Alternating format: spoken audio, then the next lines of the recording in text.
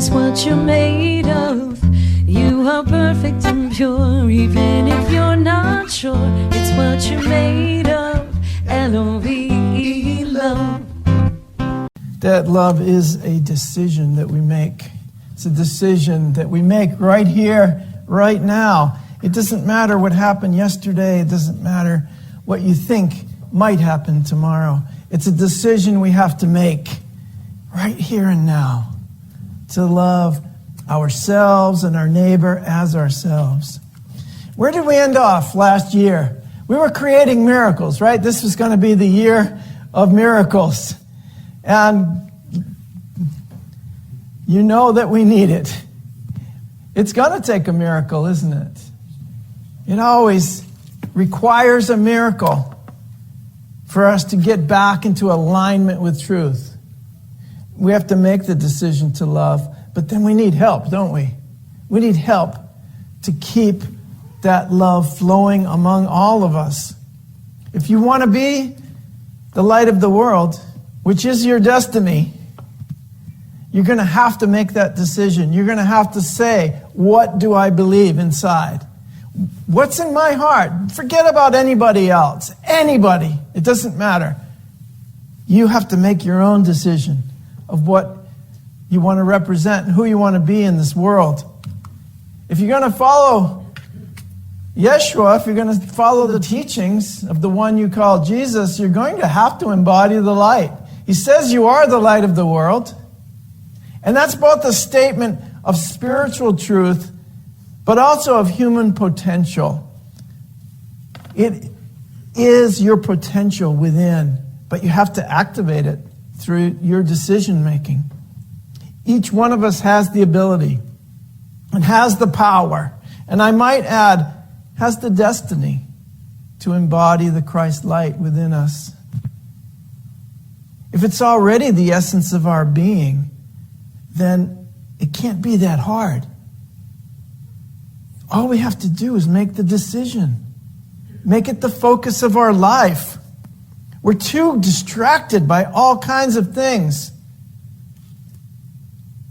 Make the focus of your life the decision to be the light of the world. And then let, as the song says, the God within you show you how. Spirit will show you how to do it. The universe is always giving me opportunities to be the light. It's showing me how I can be the light. It's always teaching me all kinds of ways. All I have to do is focus my mind on it. Align my mind with the truth of my being. If we align our minds with the truth of our being, we can and we will embody the light. And we can start at any age. I love that picture, because that's a picture of me when I was 10 years old. No, just kidding. But it could be, because that's what I did. I was like very fascinated with spiritual things from a very young age. But we have to do it today. Until we embody the light, the Christ will just remain potential. You'll be looking for the light of the world out there. You'll be waiting for the second coming. How many millennia will that be? No, you are the second coming of Christ. I wrote a song about that one time. It's absolutely true. So until you embody the light, the Christ will remain in us as potential, waiting to be realized. But you're not waiting for someone else. You're waiting for yourself. Had a great conversation this week with Reverend Martine Bernard. She's going to be our guest speaker in a couple of weeks. She's a minister who lives up in Boston. She's a CSL minister, Centers for Spiritual Living, which are formerly Ernest Holmes' Science of Mind. And the fastest growing New Thought movement in the world. It's not Unity, by the way. Wow. CSL. It's fast. Charlie says it's the fastest growing because it caught on in Japan. But all that aside, Martine is a recent cancer survivor. Some of us have contributed to her healing and her GoFundMe for her treatments.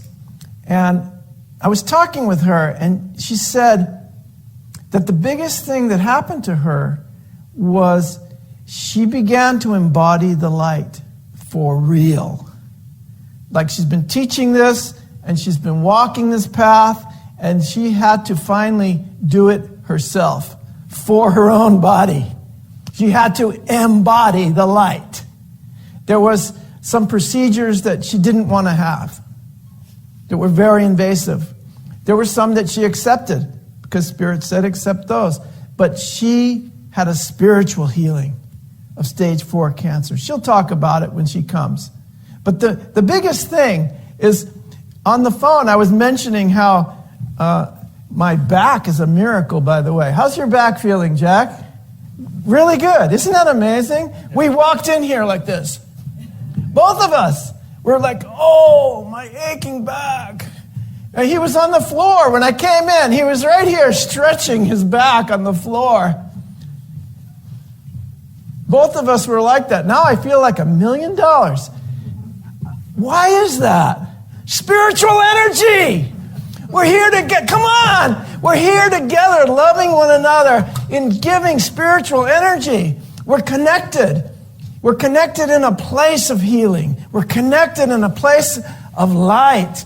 And it just by your presence here, that's why it's so important to be present, to come into this space and hang out together. Thanks for being here, my friend. My heart lights up every time I see you. I don't know why. He's just, because we both worked in the trades or something. I don't know. It's this male bonding thing. When I see this guy, I go, yes. You know, like he's taking a spiritual path. It's a spiritual journey, and men can do it too. Come on, guys. This is amazing. So we both walked in here, and we were feeling it in our bodies, the tension of our lives and the tension maybe of the world, taking all that on our bodies.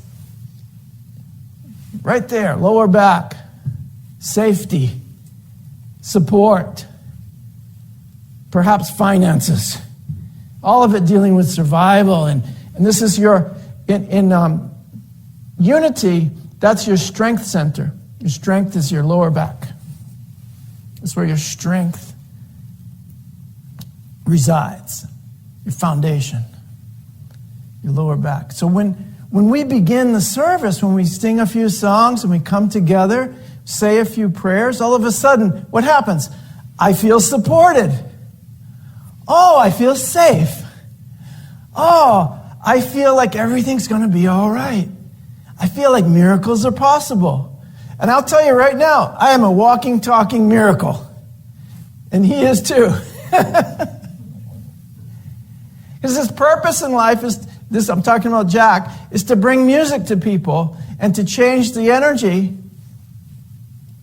by bringing joy through music. So every time he starts to sing a song, I notice his back straightens up and he's like begun the healing, especially here. And so if you are in any realm of life, if you are fulfilling your purpose and you're feeling safe and secure, it's going to bring healing to you. You're going to embody the light. And that's going to bring healing to everyone else. The light within finally is what replaced the appearance of cancer in Reverend Martine's body. It's what replaced the appearance of stress and strain in my lower back. The light replaced it. And I believe with all of my heart that this light, the divine light that is within us and that creates all things, will also replace the cancer of the division and violence that is in this country and around the world. But in order to embody the light, we have to do 3 things. And it's pretty simple, guys. 3 steps. This is all I'm asking. The first step is to acknowledge that the light is there. Acknowledge its presence. Acknowledge its reality. There is light. It's more powerful than what's going on in the world. It's eternal. It's ever present. It's God. It's good. And light will overcome any appearance of darkness. Acknowledge its presence. Do this on a daily basis, these 3 things. When you get up in the morning, acknowledge the presence of light. And the next thing to do is get into your prayer and meditation time and focus your mind on the light. Focus your mind on it. As Bruce says, we're evolving. And what we consider as true and real today, it's going to shift and change in 100 years. We will think of it as so primitive. We will think of this as a primitive stepping stone in our evolution. What we understand today is just a small, tiny part of reality. So if we focus our mind on the light, even though we don't understand it yet intellectually, we will feel it, we will experience it, and we will understand it in our hearts. Because the light is the light of love. And love we understand. That's the one thing in this world we do understand, and that's love. And everybody wants love, and everybody needs love. But in order to feel that love, you've got to be that love. You have to give it as much as you want to receive it. And so then you become it. You don't walk so much in the light, but as the light. That's the third thing. So once we've acknowledged the presence, focused our mind and our heart in meditation and prayer on the light, the experience of it, we walk as it. We are no longer searching for it. We are no longer thinking that perhaps I'm a fish in the sea, but I am a drop in the ocean. That I'm all of it. You know, enlightenment, I forget who it was, perhaps Thich Nhat Hanh. He said, enlightenment is when the wave realizes it's the ocean. All those billions of stars and billions of galaxies, that's you. You're not separate from it. And you will never experience it until you focus your mind on it and walk as it. You see, it's our identification with the light that releases us from our identification with form. Some of you read Eckhart Tolle. Anybody in here likes Eckhart Tolle? He's a great, perfect. He's wonderful. He's asked a very poignant question in this form. It's very poignant for us with considering our identification with form. He asked this question: can human beings lose the density of their conditioned mind structures and become like crystals or precious stones, so to speak, transparent to the light of consciousness? Can we lose the density of our mind structures, our conditioned mind structures? Can human beings defy the gravitational pull of materialism and materiality and rise above identification with form that keeps the ego in place and condemns them to imprisonment within their own personality? We did a wonderful, incredible ritual last week of letting go of the past, of allowing our conditioned mind structures, all that no longer serves us, to be burned up in the fire. And we took upon us a new identity with the white stone. And we placed within it all our wishes for the coming year. And we wrote a letter to ourselves about that coming year. And you will read it next year and see how it unfolded for you. But the first thing that you did was release your perception of the world. You released your conditioned mind structure about who and what you are, your identification with form. Boy, I've got so much here, so much to say. But the last thing I really want to say, if we look honestly at the kind, considerate, thoughtful, compassionate human beings in this world, I see those who are willing to allow their patterns of perception to change. That's all we're asked to do to receive all the riches of the universe and to live in peace and power, is to release our conditioned perceptions or patterns of perception. Those who are dedicated to going beyond the ego and beyond the personality. Those are the kinds of people we need in leadership as well. When we hold on to our version of reality so tightly, there's little room for the light to get in. This is how we're living.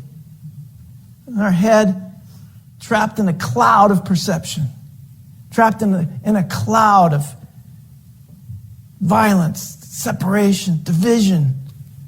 We wonder, how did all this happen? But we never think, how are we going to change it? We never think, what can I do right now? I think spiritual growth is the most important thing we can do. It's not so much about defeating the ego or fighting against the darkness, but actively and willingly releasing our identification with form, releasing our identification with the ego, with the individual personality. We are individual expressions of the divine. That's the most important thing to remember. And that divine light can heal the cancer of your body. It can heal any situation you find yourself in, any and all situations. And it can heal this nation and it can heal the world. And I believe it's the only thing that's going to heal us. And so we need to focus on it. And to acknowledge its presence, focus our mind on it, and walk as the light. It's just 3 simple steps. And I'm asking each of you to start to do it today, before the football games, right? Before the emails, before the social media. When you go home, sit down, quietly focus on the light. Acknowledge its presence within you. Focus your mind on it. And be determined to walk as the light. You know, the word light appears 190 times in the Bible. And it appears 498 times in A Course in Miracles. Because it's the best way to describe the energy manifest in our consciousness from the divine. It's the best way to describe the energy of the divine in our minds, in our bodies, and in our life. Light is the best way to describe it. The origin of the word light, it means enlightenment. Bring the light is what it means. You're bringing the light. It means to light up, illuminate, turn on the light within. This can take any form which supports your highest good. But this is, if you're in a spiritual path, this is what it's about. It's about enlightenment, illumination of our mind, divine consciousness. Light it up. Let the light within you be your guide, be the representation of who you are in the world. Let it heal your body, your mind, your home, your community, your nation, and the world. And that's all I got to say. I love you.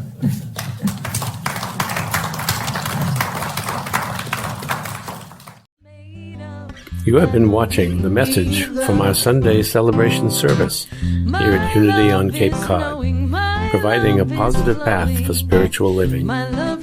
Please join us every Sunday morning at 10 a.m. at 147 Walton Ave, Hyannis, Mass. And visit us online at unityoncapecod.org. This video was made possible in part through a grant from Unity Worldwide Ministries and the Templeton Foundation.